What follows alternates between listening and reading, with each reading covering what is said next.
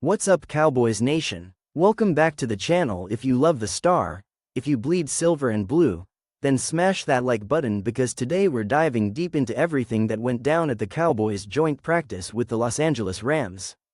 This wasn't just another preseason walkthrough, no, this was real competition, energy, and intensity between two teams with something to prove in 2025. We're breaking down the full highlights, in-depth player performances, coaching decisions, and what it all means moving forward into the preseason and eventually the regular season. Let's not waste any time. The Dallas Cowboys took the field in Oxnard, California, for a highly anticipated joint practice session with the Rams, marking one of the biggest highlights of their training camp so far. With the sun beating down and pads popping early, you could feel the tension and competition from the first rep. This was more than just drills, it was a test of grit, chemistry, and execution, and from the first series, the Cowboys looked locked in. All eyes were on Dak Prescott, who's entering one of the most pivotal seasons of his career. And Dak did not disappoint. He looked sharp, confident, and most importantly, in rhythm with his receivers. The chemistry between Dak and CeeDee is becoming something special. They connected multiple times during 7-on-7s and 11-on-11 sessions, including one gorgeous deep ball where Lamb absolutely torched the Rams' corner and pulled down a toe-tap catch that had the entire sideline buzzing. But the surprise of the day might have been George Pickens, who, let's be honest, has wasted no time fitting in with this offense. Pickens made his presence felt in a big way. From his contested sideline grabs to his yards after catch effort plays, it's clear he's going to be a dangerous complement to Lamb and Turpin in this passing attack. He made at least 3 catches that could have easily gone for 25-plus yards in a real game setting, including a one-handed sideline grab that nearly broke social media. And speaking of Turpin, don't sleep on that man. Early in practice, he took a nasty hit on a crossing route but bounced right back up and later came back with a vengeance, ripping off a long catch and run that displayed his elite quickness. The Cowboys may have one of the most electric wide receiver trios in the league if this group stays healthy. But while the starters shined, let's not forget about the backup quarterbacks. Joe Milton III had a brief but explosive moment during practice. On what looked like a busted coverage by the Rams secondary, Milton launched a 75-yard missile downfield to Jalen Brooks, who caught it in stride and took it to the house. Unfortunately, Milton appeared to tweak something shortly after and was pulled as a precaution, but that play left an impression. Now shifting to the run game, it's clear the Cowboys still have work to do. The offensive line struggled to consistently open up running lanes against the Rams' front. There were flashes, a decent burst from Rico Dowdle here, a strong run from Deuce Vaughn there, but overall, the ground game looked a step behind.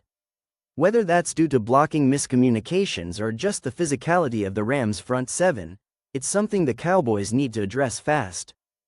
What's concerning is that despite facing a Rams team with a few key linemen missing, Dallas couldn't consistently dominate the line of scrimmage in run plays, which is a red flag considering how vital a balanced offense will be this season. Defensively, though, the Cowboys showed why they've been considered one of the more dangerous defenses in the league. While Micah Parsons' absence was definitely noticeable, and we'll get into his contract situation in a moment, other defenders stepped up big time. Perrion Winfrey, a name some fans might not have circled coming into camp, made perhaps the defensive play of the day when he blew through a double team and stuffed Rams running back Kyren Williams for a loss. He looked fast, explosive, and aggressive, and more importantly, disruptive in the middle. That's something the Cowboys have needed badly. Mazi Smith also continued his strong camp, pushing pockets and generating consistent interior pressure. If this version of Mazi shows up all year, Dallas might finally have solved its long-standing issue at defensive tackle. In the secondary, one name to watch closely is rookie Kalen Carson. The guy is quickly becoming a fan favorite and has looked increasingly comfortable out there. During one rep, he nearly snagged an interception and has been sticky in coverage all camp long. His instincts, ball skills, and physicality are starting to earn him more first-team reps, and with a few injuries impacting depth at the cornerback position, he could end up being a huge piece this year. Now, let's talk about culture. New head coach Brian Schottenheimer came into this joint practice with a clear agenda: play smart, play fast, play disciplined. And for the most part, the team did exactly that. Earlier in training camp, when tempers flared between players, Schottenheimer didn't hesitate to shut things down and make guys run. That tone of accountability carried over into this session. While there were a few minor skirmishes, the Cowboys stayed mostly composed, executed their assignments, and avoided the kind of reckless behavior that often derails joint practices. You could feel the structure and purpose behind every drill.